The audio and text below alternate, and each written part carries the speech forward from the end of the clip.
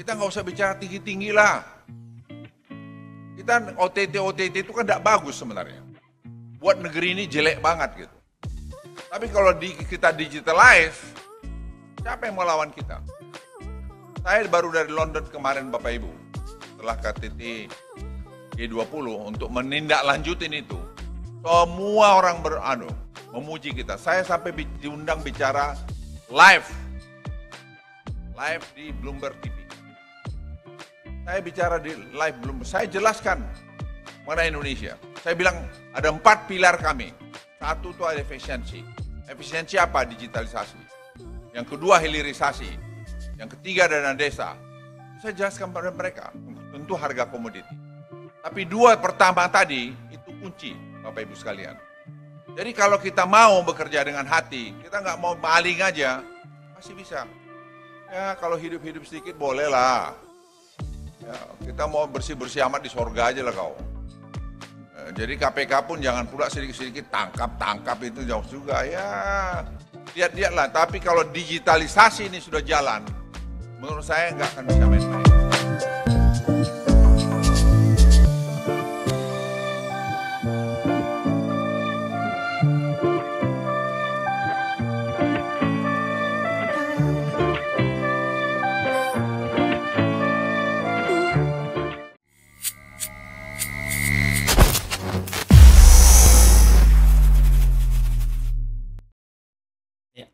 Bismillahirrahmanirrahim. Assalamualaikum warahmatullahi wabarakatuh.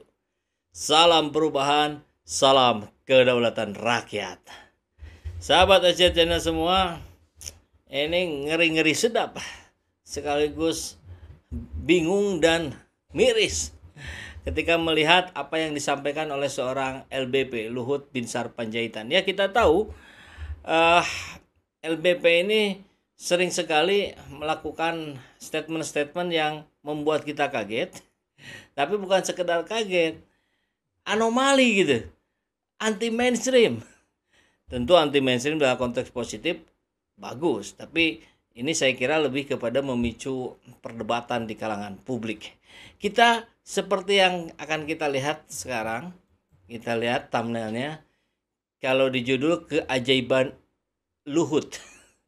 Keajaiban Luhut ya sekaligus keajaiban Indonesia. Kok bisa-bisanya ada statement dari seorang Luhut yang menyatakan bahwa KPK jangan sedikit-sedikit tangkap. OTT itu tidak bagus. Tidak bagus apa tidak baik? Sama sajalah itu. Nah, ini tentu kalau kita tidak sikapi dengan proporsional, dengan bijak, ini adalah kalimat yang sangat membahayakan. Kan kalau tidak dirangkai dalam sebuah penjelasan sebelum dan setelahnya, tentu ini sangat berbahaya. Maka itu saya coba akan ulas ini secara lengkap. Karena kita lihat judulnya dari berita Kabar 24, ya kurang lebih begini. KPK jangan sedikit-sedikit tangkap, OTT tidak bagus. Padahal kalau ada kejahatan kemudian ditangkap, apakah lebih bagus ditangkap atau tidak ditangkap? Kan logikanya harusnya lebih bagus ditangkap dong. Jadi OTT itu bagus. Nah, terkait dalam kita berbicara tentang pencegahan, tentu mencegah lebih baik daripada mengobati, daripada memperbaiki, daripada memberikan hukuman. Dalam konteks itu benar. Nah, inilah makanya kita coba tempatkan itu. Kita lihat ya beritanya di Kabar 24. Luhut .2 KPK jangan sedikit-sedikit tangkap, OTT tidak bagus. Menteri Koordinator Bidang Maritim dan Investasi Menko Marves Luhut Binsar Panjaitan menyebut operasi tangkap tangan atau KPK tidak bagus untuk negeri. Jadi bagusnya kan logikanya ini bisa berjalan. Oh, kalau begitu berarti kejahatan-kejahatan yang terjadi, korupsi-korupsi yang terjadi jangan ditangkap. Begitu jadinya. Nah, ini yang berbahaya gitu.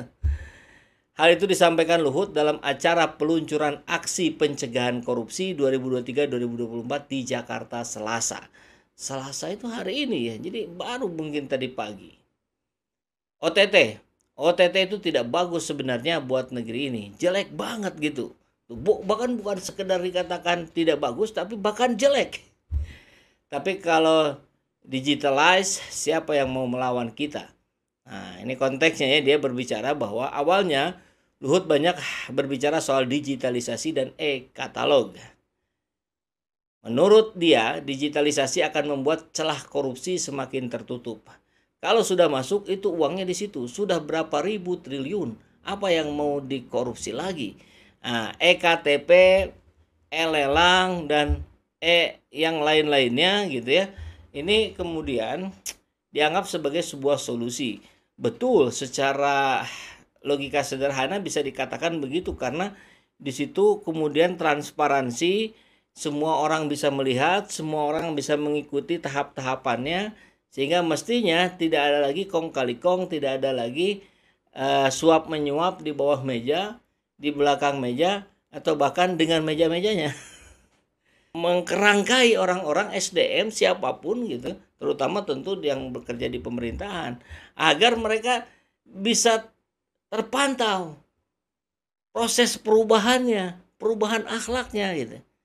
Nah, tapi kalau sekedar menggunakan kalau begitu pakai digitalisasi saja, saya kira itu bukan solusi, karena tetap saja bisa dimainkan di belakangnya. Kan begitu ya. Luhut juga tak menampik siapapun yang korupsi, tapi pasti bakal ketahuan. Ada juga yang nggak ketahuan kan. Namun dia mendorong penerapan pencegahan yang lebih maksimal di berbagai sektor. Dalam konteks ini saya setuju, bagaimana pencegahan ini harus diperkuat gitu. Harus dikuatkan. Tapi ketika di sebelah, ini kan bagian hulu begitu ya. Di bagian hilirnya, ketika ada orang-orang yang tertangkap itu dibilang tidak bagus, saya kira tidak tepat juga. Kalau begitu berarti orang-orang yang menangkap, petugas-petugas KPK yang melakukan OTT dengan segala effort yang luar biasa mereka keluarkan, akhirnya dia tidak mendapatkan apa-apa, kan tidak diapresiasi kan dianggap tidak bagus, dianggap jelek malah. Nah ini yang ketidaktepatan yang disampaikan oleh seorang Luhut. Ya mohon maaf, saya sih rakyat jelata saja yang berpikir ala logika-logika sederhana. Tapi mudah-mudahan itu pun menjadi logika akal sehat kita. Begitu. Lebih lanjut, Luhut pun meminta KPK jangan sedikit-sedikit melakukan penangkapan. Menurutnya, jika digitalisasi di Indonesia dapat berjalan dengan baik, celah korupsi akan tertutup. Ya, banyak cara, sebetulnya kan ini juga multifaktor. Tidak hanya satu hal yang bisa diterapkan itu menjadi jaminan munculnya hasil yang tertentu, misalkan hilangnya celah korupsi. Ya tentu bicaranya harus bicara dari 360 perspektif, kan begitu ya. Kan perspektif itu sudut pandang. Sudut itu ada 360. Kalau perlu kita dapatkan dulu itu gitu. Bukan kalau perlu, seharusnya justru ya. Sehingga nggak bisa lagi kita mainkan 1-2 cara saja gitu. Oke ya. Kalau hidup sedikit boleh. Kita mau bersih-bersih amat di surga saja kau. Waduh. Jadi KPK jangan pula sedikit-sedikit tangkap. Ya lihat-lihatlah. Tapi kalau digitalisasi ini sudah jalan, tidak akan bisa main-main.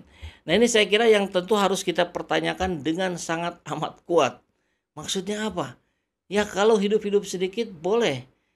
Artinya ya kalau korupsi-korupsi sedikit boleh. Begitukah? Saya yakin tidak begitu ya.